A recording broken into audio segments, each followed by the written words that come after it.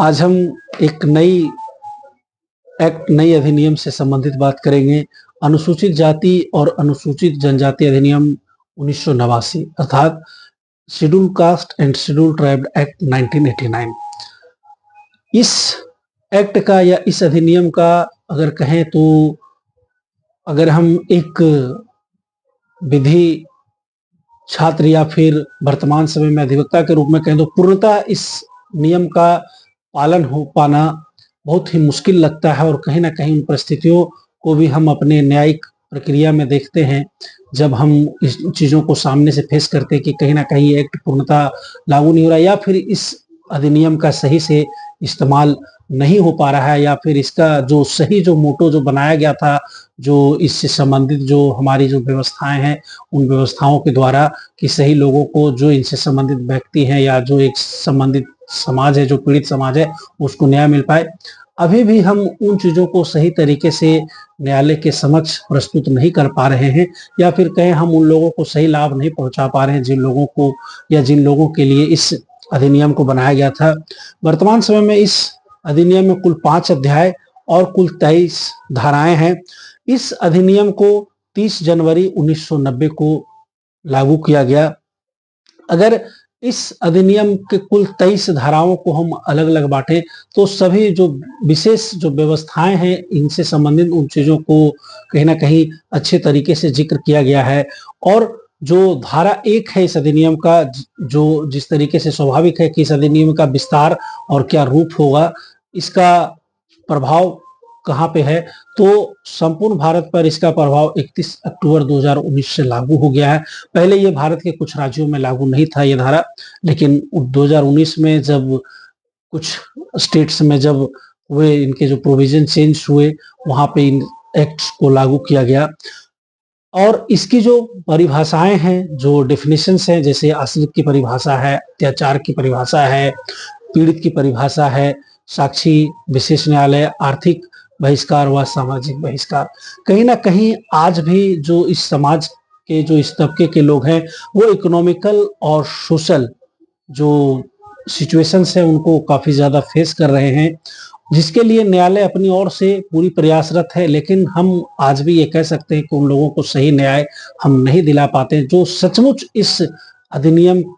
के अंतर्गत आते हैं और जो इस अधिनियम के अधीन जो पीड़ित व्यक्ति है उसको सही न्याय नहीं मिल पा रहा है। वर्तमान समय में इसमें जो अत्याचार के लिए जो दंड के जो प्रावधान किए गए हैं, जो सेक्शन 3 है SC/ST एक्ट का, ये इसमें अलग अलग चीजों की व्याख्या करता है कि किस प्रकार से सासाध है। वैसे जो घृणाजनक वस्तु है, खाने की चीजें हैं या पीने की पानी की चीजें हैं या फिर किसी को गंदे तरीके से व्यवहार करना या फिर पशु वगैरह से संबंधित जो कृत्य हैं उन लोगों को पशु बांधने से रोकना या फिर गंदा पानी वगैरह उनके आसपास फैलाना या उन लोगों को किसी अच्छे काम से रोकना आदि, या फिर सामाजिक या फिर आर्थिक बहिष्कार जैसी चीजें हैं, या फिर वैसे जिन चीजों को हम कह सकते हैं कि जो प्राकृतिक रूप से जो चीजें सही नहीं है, सामाजिक रूप से जो चीजें सही नहीं है, उसके विरुद्ध जाकर उन लोगों के लिए काम करना या उन लोगों के खिलाफ काम करना, कहीं ना कहीं ये जो अधिनियम है उसको प्रतिबंधित करता है। इसके अलावा अब धीरे धीरे इस एक्ट में, इस अधिनियम में काफी ज्यादा बदलाव हो रहे हैं और बदलाव होने के बावजूद अभी भी हम ये कह सकते हैं कि इस धारा का सही रूप से अभी भी जो एक प्रक्रिया है, सही उपयोग है, वो नहीं हो पा रहा है। कहीं ना कहीं इसके अच्छे से ज्यादा गलत इस्तेमाल हो रहे हैं। इसके अलावा अगर हम देखें इसमें जो सजा का जो प्रावधान है वो अलग अलग अपराध के लिए अलग अलग सजा का प्रावधान है, जो कम से कम 6 माह और अधिकतम जो है वो 5 वर्ष 7 वर्ष या फिर अलग अलग अपराध के लिए अलग अलग जो है वो किया गया है, वो कैटेगराइज्ड करके उन चीजों के हिसाब से की गई है। अगर किसी व्यक्ति जो किसी कार्यालय में जो व्यक्ति जो नियुक्त है या फिर वो अपने जो कर्तव्य है उनको उस कर्तव्य की अगर पालन नहीं करता है तो उनके लिए भी सजा का प्रावधान कभी कभी देखा जाता है कि सरकारी कार्यालयों में भी जो इस समुदाय के जो लोग हैं, इस समुदाय के जो व्यक्ति उनके साथ अच्छा व्यवहार नहीं होता है, उनके लिए भी इस नियम में, इस अधिनियम में प्रावधान बनाए गए हैं और उनके लिए भी सजा का जो एक न्यायिक प्रक्रिया उसके अधीन जो है वो प्रावधान किया गया है। इसके अलावा जो इसका सबसे इम्पोर्टेंट पार्ट लेकर के आता है, जो धारा 10, ऐसे व्यक्ति को हटाया जाना जिसके द्वारा अपराध करने की संभावना है। अगर कोई व्यक्ति इस समाज के व्यक्ति या इस समाज से आने वाले व्यक्ति के खिलाफ कोई आपराधिक घटना पारित करने की चेष्टा रखता हो या करने का ऐसा एहसास होता है, करता है, तो उनके लिए भी सजा का प्रावधान है, जो धारा 10 है SC/ST एक्ट अधिनियम का, उसे बतलाता है। इसके अलावा अगर एक हम देखें, इसमें और इम्पोर्टेंट सेक्शन है, सेक्शन 14 अर्थात सेक्शन जो 14 है SC/ST एक्ट का, जो विशेष न्यायालय की स्थापना को बतलाता है। हर एक जिले में जो जिला है या जो होता है, वहां पे एक स्पेशल कोर्ट होगा जो सेशन लेवल का होगा, जो सेशन कोर्ट होगा, और जो सेशन कोर्ट है वही इसकी प्रक्रिया को प्रोसीड करेगा और जो भी इसके प्रावधान है उसको लागू करेगा, और जो भी चीजें हैं जो इसके अधीन जो प्रक्रिया होगी वो सिर्फ सेशन न्यायालय जो है, जो सेशन कोर्ट है, वहां पे चलेंगी। और सेशन कोर्ट हर एक जिले, देश के हर एक जिले के सेशन कोर्ट में इसके लिए एक स्पेशल जो कोर्ट है उसकी व्यवस्था होगी। साथ में जो सेशन कोर्ट का एस्टेब्लिशमेंट होगा, जो गाइडलाइन होगा, वो फॉलोड बाय कंसर्न स्टेट के हाई कोर्ट्स जो हैं वो वहां से फॉलोड होंगे, और उनके जो दिशा निर्देश है, जो आदेशानुसार है, उसके अनुसार वो कार्य करेंगे। इसके अलावा अगर इससे संबंधित अगर कोई व्यक्ति, अगर किसी व्यक्ति को सजा होता है या कोई व्यक्ति अगर बरी होता है, तो जो इसमें अपील के प्रावधान है वो इस अधिनियम के धारा 14A में अपील के प्रावधान बनाए गए हैं कि अगर कोई व्यक्ति उस फैसले से, सत्र न्यायालय के उस फैसले से संतुष्ट अगर नहीं होता है, या फिर उन्हें लगता है कि उन्हें सही न्याय नहीं मिला, या फिर उन्होंने इस कृत्य को नहीं किया था और उन्हें सजा दी गई है, तो उन लोगों के पास एक ऑप्शन होगा कि वो सेक्शन 14A में ऑनरेबल हाई कोर्ट अप्रोच करके वहां पे अपील में जा सकते हैं। इसके अलावा सेक्शन 15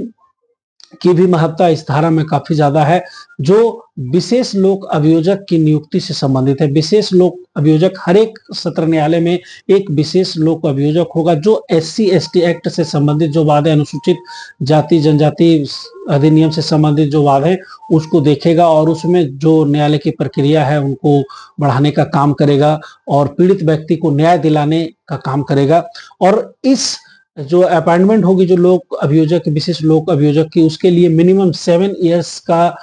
एक अधिवक्ता के रूप में उनका कम से कम प्रैक्टिस होना चाहिए, 7 वर्षों का अनुभव होना चाहिए, और उन्हें आपराधिक प्रक्रिया संहिता का ज्ञान होना चाहिए। वैसे ही व्यक्ति का चयन विशेष लोक अभियोजक के तौर पे होगा, और वो विशेष लोक अभियोजक तौर पे नियुक्ति जब उनकी होती है उसके बाद वो न्यायालय की प्रक्रिया को पूरी करेंगे और पीड़ित व्यक्ति को न्याय दिलाने का काम करेंगे। इसके अलावा और भी मेजर चेंजेस किए गए हैं। इसमें जो सेक्शंस है, अलग अलग सेक्शंस के साथ जो मेजर जो चेंजेस हैं वो किए गए हैं, और नियम को कड़ा बनाने का प्रयास किया गया है। इसमें एक विशेष प्रावधान के तहत सुभाष काशीनाथ बनाम महाराष्ट्र सरकार का एक जजमेंट आया था, जिस जजमेंट के आधार पे विशेष तौर पे धारा 18A अर्थात सेक्शन 18A जो है वो जोड़ा गया, और इसमें एक जो प्रोविजन था कि इसके लिए पहले एंटिसिपेटरी बेल जो है वो नहीं मिलेगी, जो अपराधी अगर उस पर अगर ये दोष है साबित होता है या नहीं होता, या वैसे व्यक्ति के द्वारा अगर कृत्य होता है, तो इसमें उनको अग्रिम जमानत का जो प्रोविजन था उसे निरस्त किया गया। इसके पहले और भी जो चीजें हैं, जो इस घटना की या फिर इस धारा से संबंधित अगर कोई घटना होता है, जो इस संबंधित व्यक्ति है उसकी जो जांच पड़ताल होगी या घटना का जो जांच पड़ताल होगा, वो इंस्पेक्टर या उससे ऊपर के रैंक के जो पदाधिकारी होंगे वो इसका जांच पड़ताल करेंगे, और जो भी अपनी रिपोर्ट होगी वो माननीय न्यायालय में सौंपेंगे।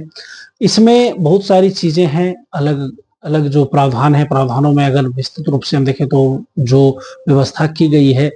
और सबसे इम्पोर्टेंट चीज जो सेक्शन 23 है, इसमें जो इस एक्ट में जो एक्ट है वो स्पेशल जो प्रोविजंस है, नियम बनाने की शक्ति प्रदान करता है, और जो इससे संबंधित जो चीजें हैं उसको बनाया जा सकता है, उसमें इम्प्रूवमेंट्स कर सकता है, उसमें सुधार करने के लिए जो सेक्शन 23 SC/ST एक्ट है उसका प्रोविजन देता है। लेकिन ये हम वर्तमान समय में भी ये मानकर चल सकते हैं कि कहीं ना कहीं वर्तमान समय में भी इस धारा का सही रूप से इस्तेमाल नहीं होना, और जो पीड़ित व्यक्ति है उसको अभी भी सही तरीके से न्याय नहीं मिल पा रहा है। लेकिन अगर इस चीज़ों को अगर हम देखें या इन चीज़ों पे अगर हम अपनी ओर से अगर बेहतर प्रयास करें और जो सचमुच जो इन चीज़ों को लेकर के जो पीड़ित व्यक्ति उन्हें अगर हम न्याय दिलाने की अपने ओर से अगर प्रयास करें, तो कहीं न कहीं ये जो नियम जो प्रावधान बने हैं, उसे हम और भी बेहतर बना सकते हैं। कई बार ऐसा देखा गया है कि कोई निर्दोष व्यक्ति भी कभी-कभी इन चीज़ों में उलझ कर काफ़ी प्रताड़ना झेलता है और कभी-कभी ऐसा होता है कि कोई दोषी व्यक्ति भी इन चीज़ों में बचकर निकल जाता है, जिस कारण से ये लगता है कि कहीं न कहीं आज तक इस अधिनियम का सही तरीके से इस्तेमाल नहीं हुआ है या नहीं हो पा रहा है या फिर हम न्यायालय तक इन चीज़ों को सही तरीके से नहीं पहुँचा पाते हैं, जिस कारण पीड़ित व्यक्ति को न्याय नहीं मिल पाता है।